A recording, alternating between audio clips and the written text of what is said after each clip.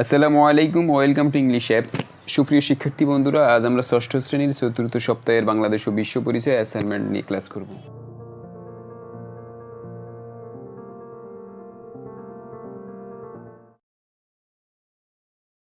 প্রথমে আমরা সিলেবাস নিয়ে কথা বলবো। তার আগে বলে নিচ্ছি, এটা তোমাদের কভার পেজে বাংলাদেশ ও বিশ্ব পরিচয়, যেহেতু এটা দ্বিতীয় অ্যাসাইনমেন্ট তাই 2 নাম্বার লিখবে।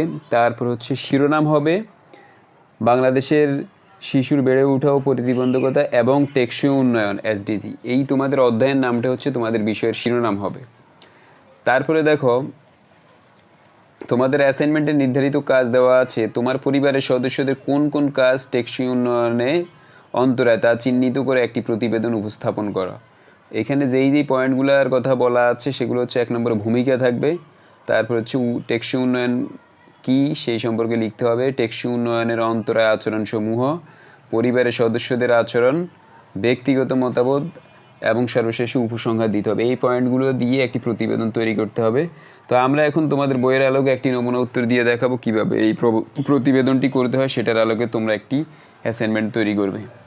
যার আগে বলে নিচ্ছি, যারা এখনও ইংলিশ অ্যাপ চ্যানেলটিকে সাবস্ক্রাইব করেনি অবশ্যই সাবস্ক্রাইব করবে এবং নিচে দেখা বেল আইকনটি ক্লিক করে রাখবে, যাতে করে যখনই আমরা অ্যাসাইনমেন্টের উপর ভিডিও আপলোড করি তোমার কাছে নোটিফিকেশন চলে যায়। টেকসই উন্নয়নের অন্তরায় প্রথম হচ্ছে ভূমিকা। দেখো, 1945 সালের 24শে অক্টোবর আনুষ্ঠানিকভাবে জাতিসংঘ প্রতিষ্ঠা লাভ করে। প্রতিষ্ঠা লাভের পর থেকেই জাতিসংঘ বিশ্বে নিরাপত্তা, অর্থনৈতিক উন্নয়ন, সামাজিক অগ্রগতি ও সহযোগিতার পরিবেশ সৃষ্টিতে প্রশংসনীয় ভূমিকা পালন করে যাচ্ছে। এরই ধারাবাহিকতায় 2000 সালে জাতিসংঘ ক্ষুধা, দারিদ্র্য, বৈষম্য, ব্যাধি, পরিবেশ বিপর্যয় মুক্ত বিশ্ব গড়ে তোলার জন্য সহস্রাব্দ উন্নয়ন লক্ষ্য বা এমডিজি ঘোষণা করে। 2015 সালে এমডিজির মেয়াদ শেষ হওয়ার পর জাতিসংঘ 2030 সালকে সীমারেখা করে ঘোষণা করে টেকসই উন্নয়ন অভিষ্ট, যা ইংরেজিতে সাস্টেনেবল ডেভেলপমেন্ট গোলস বা এসডিজি নামে পরিচিত। টেকসই উন্নয়ন কি? দেখো, টেকসই উন্নয়ন এমন একটি যা ভবিষ্যতের কথা ভেবে করা হয়, ফলে প্রকৃতিকে ঠিক রেখে উন্নয়ন কর্মকাণ্ড সম্পাদন করা হয়। টেকসই উন্নয়ন যেমন একদিকে বর্তমান মানুষের চাহিদা মেটাতে সক্ষম, অন্যদিকে ভবিষ্যৎ প্রজন্মের চাহিদা মেটানোর ক্ষেত্রেও ক্ষতির কারণ হয়ে দাঁড়াবে না। যেমন ফসলি জমির জন্য ক্ষতিকর কোনো কীটনাশক ব্যবহার না করে উৎপাদন বাড়ানো, পরিবেশ বান্ধব কৃষি কার্যক্রম বর্তমান ও ভবিষ্যতের প্রাকৃতিক সম্পদ অক্ষুণ্ণ রাখতেও সাহায্য করে। মানুষ ও প্রাণী সম্পদের নিরাপত্তা বিধান সম্ভব হয়। আমরা টেকসই উন্নয়নের এমন অনেক উদাহরণ দিতে পারি। অর্থাৎ টেকসই উন্নয়নটা হচ্ছে এমন একটা প্রসেস বা প্রক্রিয়া যেটা হচ্ছে যে ভবিষ্যতের কথা ভেবে করা হয়। এইটার কারণ হচ্ছে যে পরিবেশেরও কোনো ক্ষতি হবে না, কিন্তু আবার সব কিছু উন্নতিও ঘটবে। এরকম হচ্ছে টেকসই উন্নয়ন বা হচ্ছে সাস্টেনেবল ডেভেলপমেন্ট গোল। টেকসই উন্নয়নের অন্তরায় আচরণসমূহ হলো, অর্থাৎ টেকসই উন্নয়ন বা সাস্টেনেবল ডেভেলপমেন্ট গোলস বা এসডিজির ক্ষেত্রে যে সমস্ত আচরণগুলো অন্তরায় বা বাধা হয়ে দাঁড়াবে, সেই আচরণগুলো হচ্ছে 1 নম্বর শিশু শিক্ষার প্রতি বিরূপ মনোভাব। অর্থাৎ শিশু শিক্ষার প্রতি বিরূপ মনোভাব দেখায়। শিশু শ্রম, এটা অন্তরায় হিসেবে দাঁড়াবে, কারণ চাইল্ড অ্যাবিউজ বা হচ্ছে শিশু শ্রম, শিশুদের যেই পরিশ্রম করানো হয়, শিশুদের দিয়ে কাজ করানো হয়, এটা হচ্ছে একটা অন্যতম অন্তরায়। শিশু পাচার, এটা অন্যতম একটা নিকৃষ্ট কাজ, এটা এসডিজির ক্ষেত্রে অন্তরায় হিসেবে দাঁড়াবে। অন্তর্ভুক্তিমূলক ও সমতা ভিত্তিক গুণগত শিক্ষাহীনতা। জেন্ডার বৈষম্য, অর্থাৎ জেন্ডার ডিসক্রিমিনেশন বা লিঙ্গ বৈষম্য, এটা হচ্ছে যে অন্যতম একটা গুরুত্বপূর্ণ বিষয়, কারণ আমাদের সমাজে অনেক বেশি আমরা জেন্ডার ডিসক্রিমিনেশন বা হচ্ছে লিঙ্গ বৈষম্য দেখি। এটা সাস্টেনেবল ডেভেলপমেন্ট গোলসে অনেক বেশি বড় ধরনের একটা অন্তরায় হিসেবে দাঁড়াবে। বেকারত্ব হচ্ছে সাস্টেনেবল ডেভেলপমেন্টের অন্যতম এক গুরুত্বপূর্ণ অন্তরায়। এই বেকারত্বের কারণে উন্নতি অনেক সময় বাধাগ্রস্ত হয়ে দাঁড়ায়। 7 নম্বর হচ্ছে মরুকরণ, ভূমি অবক্ষয় ইত্যাদি।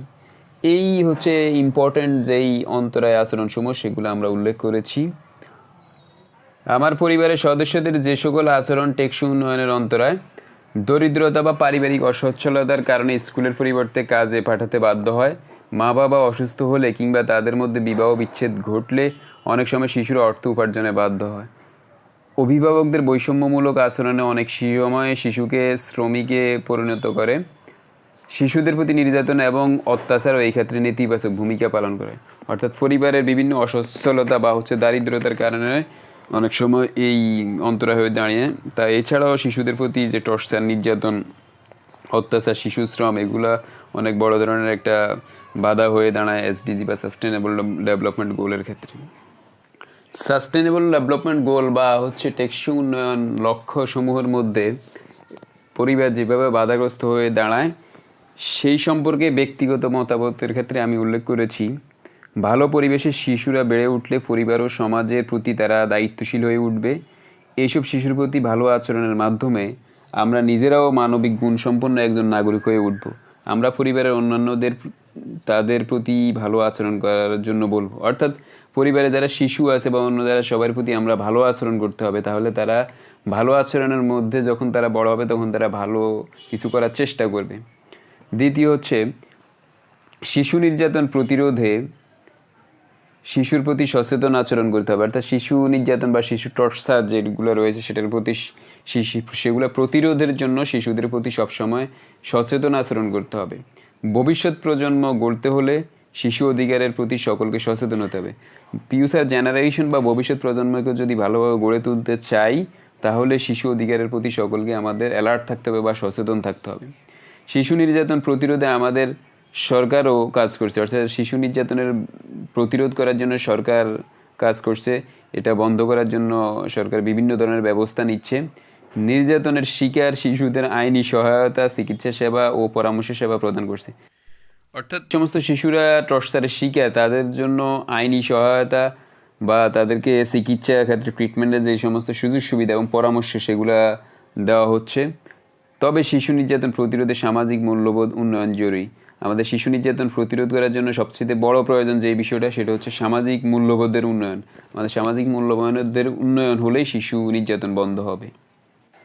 টেকসই উন্নয়ন শুধু পরিবেশ সংরক্ষণ এবং অর্থনৈতিক উন্নয়নই নয়, বরং তা সামাজিক ও মানবিক উন্নয়নের আওতাভুক্ত। অর্থাৎ টেকসই উন্নয়ন বা সাস্টেনেবল ডেভেলপমেন্ট সেটা শুধুমাত্র পরিবেশ সংরক্ষণ করার ক্ষেত্রে নয়, বরং অর্থনৈতিক উন্নয়নে নয়, এই দুইটার ক্ষেত্রেই শুধুমাত্র সীমাবদ্ধ নয়, বরঞ্চ সেটা হচ্ছে সামাজিক ও মানবিক উন্নয়নেরও আওতাভুক্ত। সোশ্যাল এবং মেন্টাল বা হচ্ছে মানবিক যে সমস্ত হিউম্যানিটি রয়েছে সেই বিষয়ের ক্ষেত্রেও সেটা আওতাভুক্ত। যেমন মানসম্মত শিক্ষা গ্রহণ করে দারিদ্র্য গোছানো। মানসম্মত শিক্ষা, তুমি কেউ যদি ভালো করে শিক্ষা গ্রহণ করে, মানসম্মত এডুকেশন গ্রহণ করে, তাহলে সে বেকার থাকবে না, সে দারিদ্র্য গোছাতে পারবে। নারী পুরুষ একে অপরকে সহযোগিতার মাধ্যমে সমাজ থেকে বৈষম্য দূর করা। নারী পুরুষ একে অপরকে যদি সহযোগিতা করে, কোঅপারেশন করে, তাহলে হচ্ছে সমাজে জেন্ডার ডিসক্রিমিনেশন বা লিঙ্গ বৈষম্য থাকবে না, সেই বৈষম্যটা দূর হবে। সুতরাং আমরা সবাই টেকসই উন্নয়ন প্রক্রিয়া অংশগ্রহণ করব। অতএব এই পর্যন্ত যে আলোচনা হয়েছে সেটা থেকে প্রতীয়মান হয় যে আমাদের সবারই টেকসই উন্নয়ন গোল বা হচ্ছে সাস্টেনেবল ডেভেলপমেন্ট গোলের মধ্যে অংশগ্রহণ করা জরুরি। তো এই হচ্ছে তোমাদের উত্তর, আমরা আমাদের মতো করে দেওয়ার চেষ্টা করেছি, আশা করি বুঝতে পেরেছো। আমাদের ক্লাস যদি ভালো লাগে অবশ্যই ইংলিশ অ্যাপ চ্যানেলকে সাবস্ক্রাইব করবে, নিচে দেখা বেল আইকনটি ক্লিক করে রাখবে যাতে করে যখনই আমরা অ্যাসাইনমেন্টের উত্তর আপলোড করি তোমাদের কাছে নোটিফিকেশন চলে যায়। সবাই ভালো থাকো, সুস্থ থাকো, আল্লাহ হাফেজ।